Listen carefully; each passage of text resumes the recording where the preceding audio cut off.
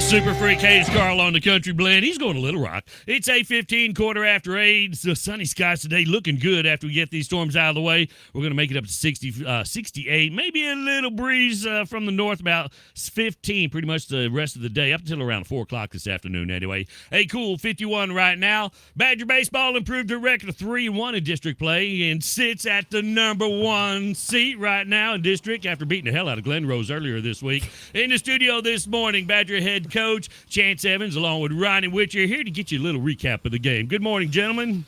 Morning.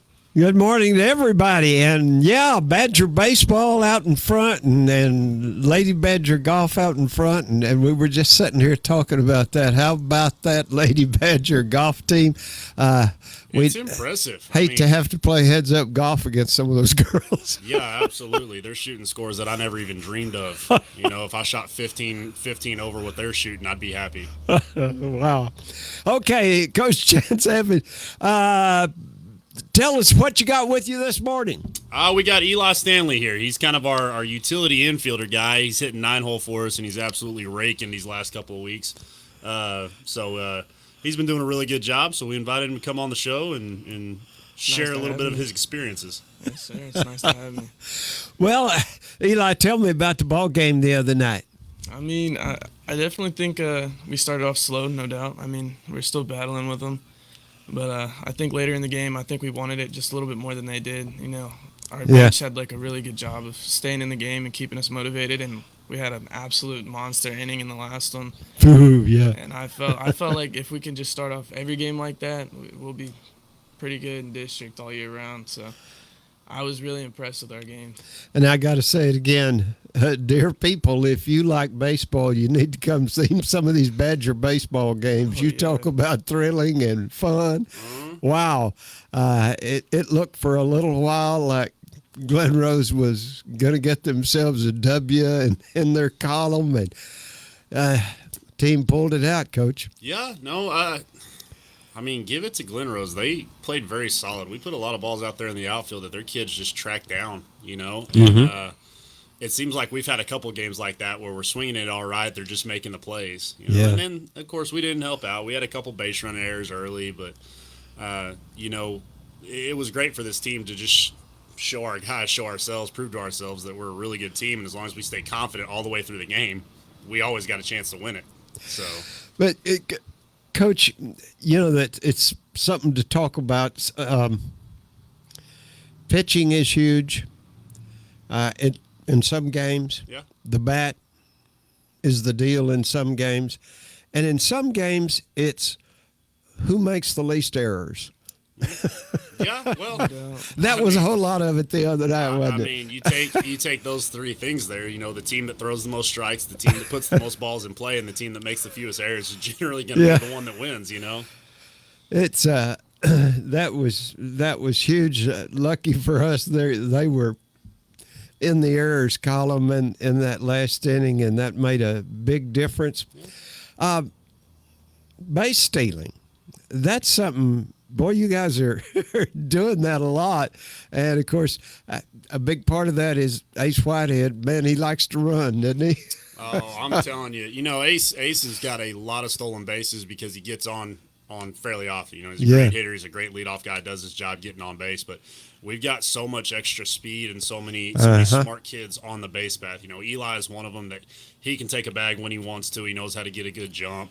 Dax Brookerson does a great job on the base paths. You know, Tex Stinnett, who's maybe not as fast, but he reads the pitchers really well and is really smart on there. He does a great job. You know, we got Nate Bogarts, who turned in a 54 quarter the other day. He's running track today trying to get down to a 52. He's got some speed. So as Papa Kaler says, we got a lot of team speed, and speed kills. So we've been fortunate to not have to bunt as much as we do and being able to take extra bases by stealing. So yeah. So looking around the district, it's we've talked about this before, such evenly matched teams. Eli, how do you feel about the other teams now? Which one are you most scared of? After going through that round robin, I don't really think I would be too scared of any of them because, I mean, that game in Brownwood, excuse me, that game in Brownwood, we only dropped by 3 on that, but if we could have been solid all the way through, I think we honestly could have had that. I think we should be 4-0 in district right now, so I don't really think we should be worried about any of them. Yeah. Well, it just really looks like to me it's such closely matched teams. I thought because Glen Rose hadn't won any ball games yet, when you went up there to play them the other night, I thought it'll be a runaway. But no, that team's just as solid as everybody else. Yeah, Kept no, it interesting. they're a little bit younger than everybody else. I think our biggest competition after seeing everybody is honestly Stephenville. I think they're the most solid team with the most, I guess you would say, playmakers. The most high potential for great plays. So, I think they're the one. But, as I told you the other night, we can't focus so much on the other team because when it comes down to it, it's about us. Right. It's about us hitting the ball. It's about us fielding the ball. It's about us throwing the ball. It's not so much about what they're doing. It's about what we're doing. So, as long as we stay focused on us and stay confident in what we're doing, I think, we've shown with 3 wins that I think that we are the better team. So as long as we play to the best of our ability, we'll come out on the right side of the majority of these games. Yeah. All right, I want to leave baseball for just a second and get to another subject. I thought about this coming in this morning, the COVID thing. Eli, you're going to class. You're in class Yes, sir. every day now. Yes, sir. All right. How did you feel about streaming, getting your education through the stream? How has this affected you education-wise? I've been wanting to ask some students this. It definitely takes away from, hands-on stuff. Some kids need that. And, it didn't affect it too terribly much, to be honest.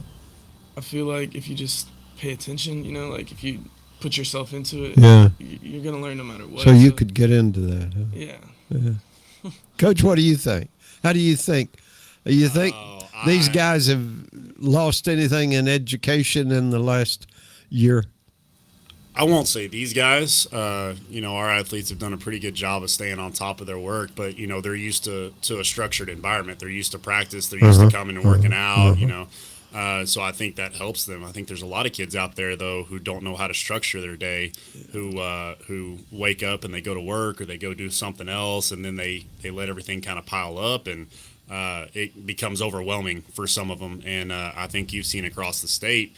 A lot of the grades have been worse since going to virtual. So I would say I'm not a big fan of the virtual learning, but I also understand the safety behind it. I understand that it offers our kids the ability to distance themselves, to remain safe so that they can still participate in other activities. But I think it's tough for a lot of kids that don't have the structure. And just from the teacher standpoint, it's very hard to keep up with that. It's almost like you've got 2 separate classrooms, and you've got your one that's in person that you've got to set up for and prepare for, and then you've got to have a lesson plan for your virtual students, and then you've got to make sure you're communicating with them, and it adds a lot of extra work. But I think the majority of the students have got it figured out and are handling it well now, and give credit to all the teachers that we have up, throughout the state and throughout the country that are dealing with this. I think they've done a really good job. Picking up the extra slack, picking up the extra duties, and making sure that our kids are still getting a quality education. So do you, as a coach and of course also a teacher, do you have to watch the grades, watch the studies and whatnot of your ball players? Do you worry about their grades and whether they're keeping up? And well, your hope is always that you don't have to worry, but you check in on them every day. You do? Yeah, we've got a report that we can run out that I can look at their grades in class anytime that I need to. It hasn't been a big issue this year. I think throughout the entire varsity JV program, we've maybe had 2 kids that had some eligibility issues. So, in a group of 30, that's not that bad. Obviously, we'd like it to be 0, but one of the big things that I preach to our kids is that here in a couple of years, you're going to be off on your own. You're not going to have mom and dad to check on your grades. You're not going to have coach to check on your grades. Your grades are your responsibility. You have access to Skyward. You know what kind of grades you're making. You should never be surprised if I come to you and say, hey, you're failing this class. And you go, oh, really? What? No. I mean, you shouldn't be surprised. So I like to put a lot of the responsibility on them because ultimately it is their responsibility. So they've done a pretty good job of staying on top of stuff. I haven't had to come find these kids and say, hey, get your butt in class and take care of this now. I've been fortunate here. We've got some great student athletes, and they really kind of pick up the slack and take care of it for me. Okay. All right. We won't talk about that anymore. We'll get back to baseball. Okay. You've played more games than the other teams, so this week you've got a little different deal playing out of district. Yeah. Playing China Spring on Saturday at noon. Here in Badger Field. And what about China? Have they had a good season? They've had a great season, apparently. Being a kind of a West Texas, North Texas boy my whole life, I've come over here, and I really don't know a ton about the teams in this area. So, I scheduled China Spring early in the season, and lo and behold, they're like a top 10 ranked team now. And they're doing really well, which, don't get me wrong, it doesn't scare me, but I know that we're going to have some good competition on Saturday, and they're going to come in ready to compete as well. So, okay. Well, I have to say it again. Folks, if you want to see some baseball, come out and watch these Badgers play. It's going to be a great season. I thought it was all going to be kind of a rebuild or something, because we lost so many seniors last year. But we got a good ball team. We got a great ball team. Great kids. Yeah. Great kids. Doing great. All right. But about China, again, they have strong pitching? What is it? What makes China great? In a game like this, you don't know what you're going to get. They've just started district. We're in the middle of district. Obviously, nobody's going to want to, necessarily use all their pitching in a game that doesn't make a difference to their season. So I don't know what we're going to see from them as far as that. But they've been swinging the sticks well. They've been playing some good competition. They're going to have 2-3 guys that can really sling it. They're just a solid ball club all the way around. I'd liken them to, Liberty Hill, Stephenville, even to an extent. They're going to come out and they're going to put pressure on us to make plays, and we're going to hopefully do the same thing right back to them. All right. Eli, yes, hope you get the RBIs. Saturday. All right. Coach Evans and Elijah Stanley, thank you for coming in, guys. Thank you. Go Badgers. Yes, sir. Appreciate it. Here's Dave Ramsey with today's Ramsey Reality Check.